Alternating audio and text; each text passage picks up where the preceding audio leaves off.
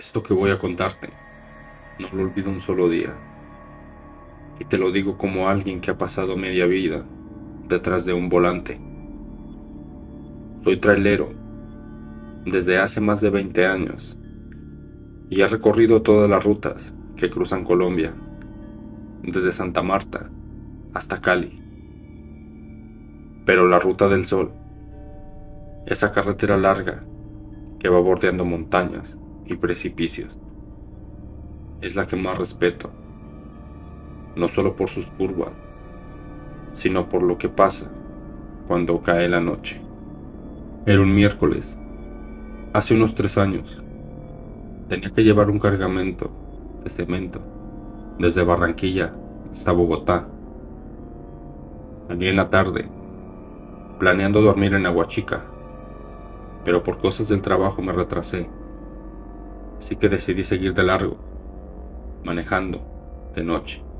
Ya eran casi las 2 de la madrugada, cuando pasé por el sector del Alto de los Padres. El camino estaba completamente solo, y la neblina cubría por completo. La visibilidad era pésima. Encendí las luces auxiliares y tuve que bajar la velocidad. La radio CB apenas captaba señal, pero de repente escuché algo. Era una voz débil que decía: ¿quién anda ahí? ¿Alguien me copia? Respondí por costumbre: adelante, compañero, lo escucho. Hubo un silencio largo. Luego la voz volvió: gracias, soy el camión 47. Llevo varado varias horas. Estoy antes del puente viejo. Le pregunté que si necesitaba ayuda, si quería que avisara a tránsito, pero no me respondió. Solo se escuchó una especie de suspiro y después hubo estática. Seguí manejando, un poco confundido. No recordaba haber visto ningún camión varado atrás, y menos con ese número.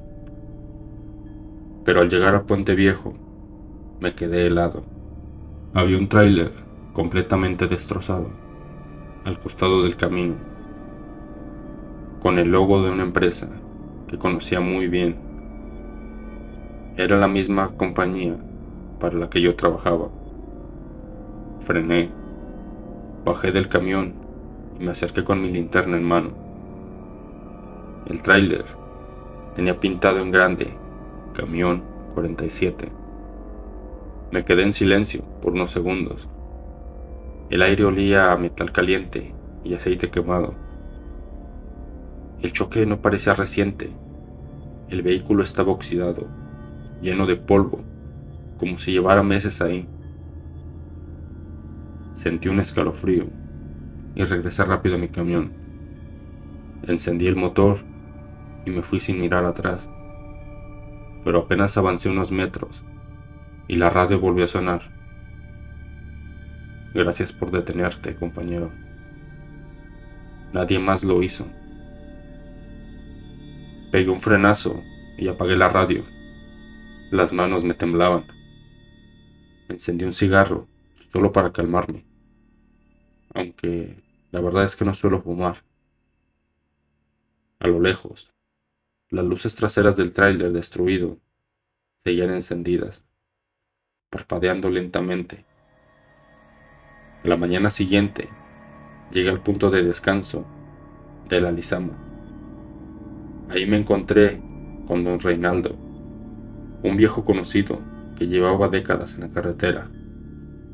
Le conté lo que me había pasado, todavía con el corazón acelerado.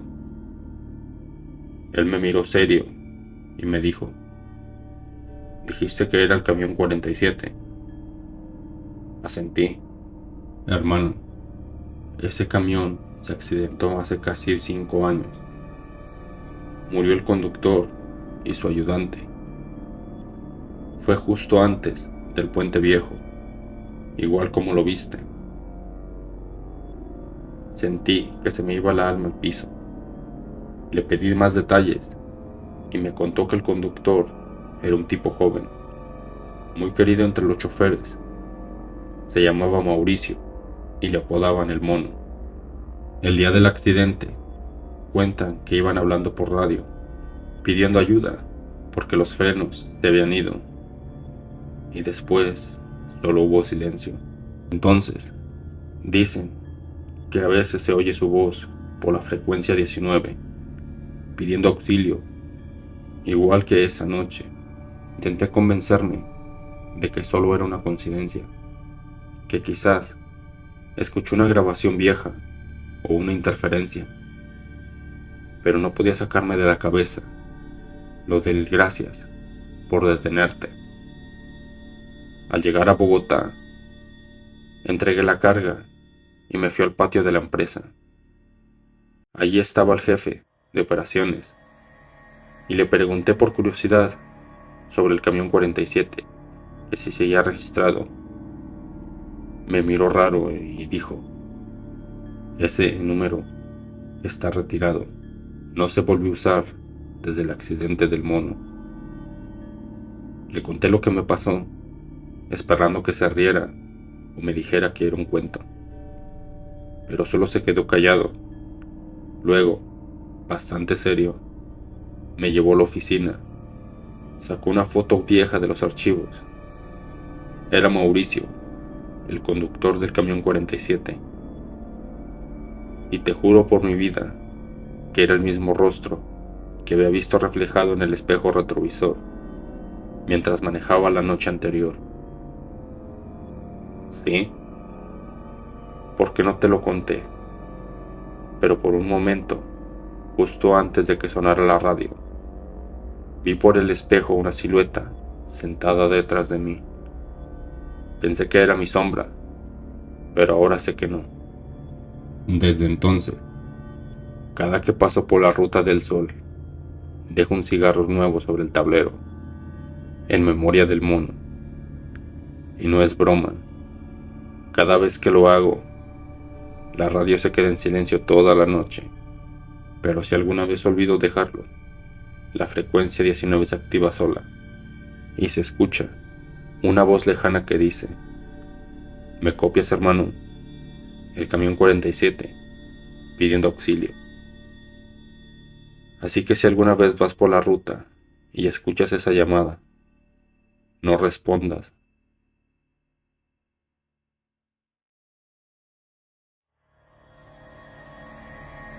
Esto que les voy a contar me pasó hace unos años, en el tramo de Matehuala a San Luis Potosí, por la carretera 57.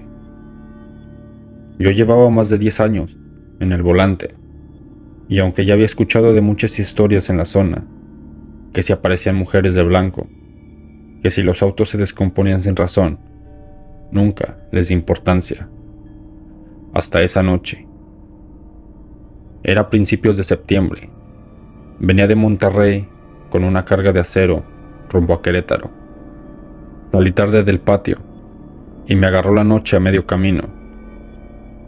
Eran como las 11:40, cuando pasé el último retén antes de Matehuala. Ya no había casi tráfico, solo algún otro tráiler lejano y el sonido del viento golpeando los espejos. El cielo estaba despejado, pero el aire se sentía pesado, como si se presintiera una tormenta.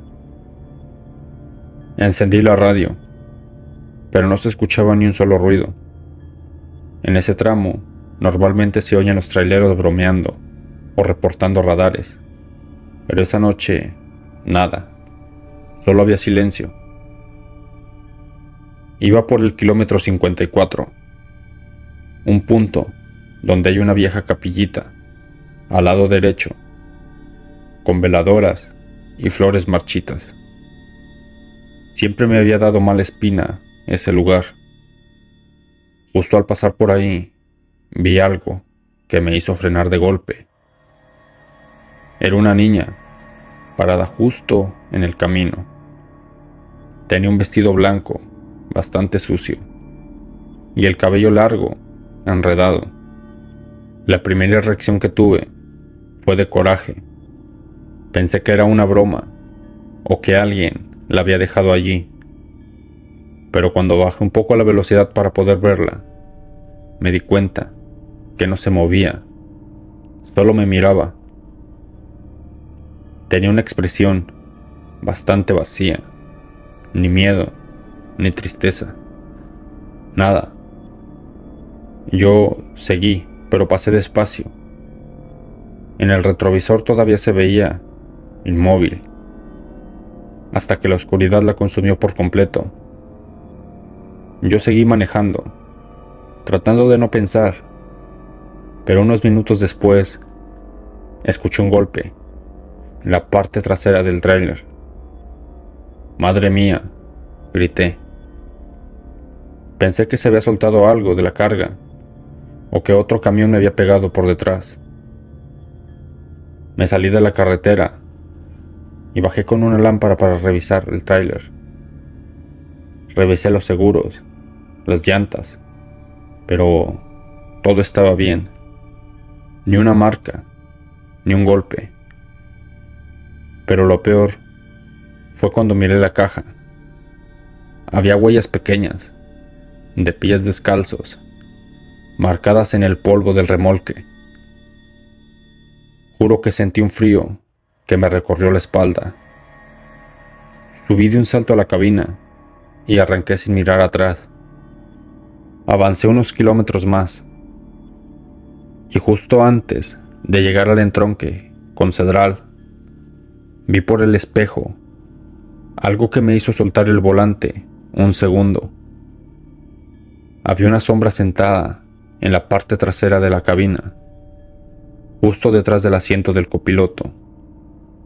Me froté los ojos, pensando que era el cansancio, pero ahí seguía. Era una figura pequeña, quieta. Encendí la luz interior, volteé, pero ya no había nadie, solo el asiento, con la manta doblada que uso para dormir. Intenté tranquilizarme, puse música, bajé la ventana, todo para no dormirme ni pensar en eso. Pero entonces, la radio USB que llevaba apagada se encendió sola. Entre la estática, se escuchó una voz infantil, muy bajita, diciendo: «¿Por qué no me ayudaste?». Pegó un brinco mi corazón. Apagué la radio, pero volvió a encenderse sola. «¿Por qué no me ayudaste, señor?». Yo no sabía si gritar, llorar o aventarme del camión. Me puse a rezar, cosa que no hacía desde niño. Cuando por fin vi las luces del pueblo, fue como ver el cielo. Entré directo a la gasolinería de Matehuala. Me estacioné temblando. El guardia me vio pálido y me ofreció un café. Le conté lo que me había pasado. Solo me escuchó y dijo en voz baja: «Usted tuvo suerte, amigo. A muchos ya no les da tiempo de contarla». Le pregunté que qué quería decir con eso, y me contó una historia que se sabe entre los choferes de esa zona. Hace años, una familia viajaba de noche por ese mismo tramo. Venían de San Luis rumbo a Monterrey. El papá se quedó dormido al volante. Se salieron del camino y el carro se incendió. Los rescatistas encontraron los cuerpos del matrimonio, pero la niña nunca apareció. Desde entonces, cada tanto, los traileros dicen verla al costado del camino, justo donde la capillita. Algunos paran y no les pasa nada. Otros siguen de largo y ella lo sigue también. Yo me quedé helado. Le pregunté que si alguien le había intentado dejar flores o rezarle ahí, Pero el guardia solo negó con la cabeza. No se meta con eso. Mejor pídale a Dios. Esa noche dormí en la cabina, pero con todas las luces encendidas.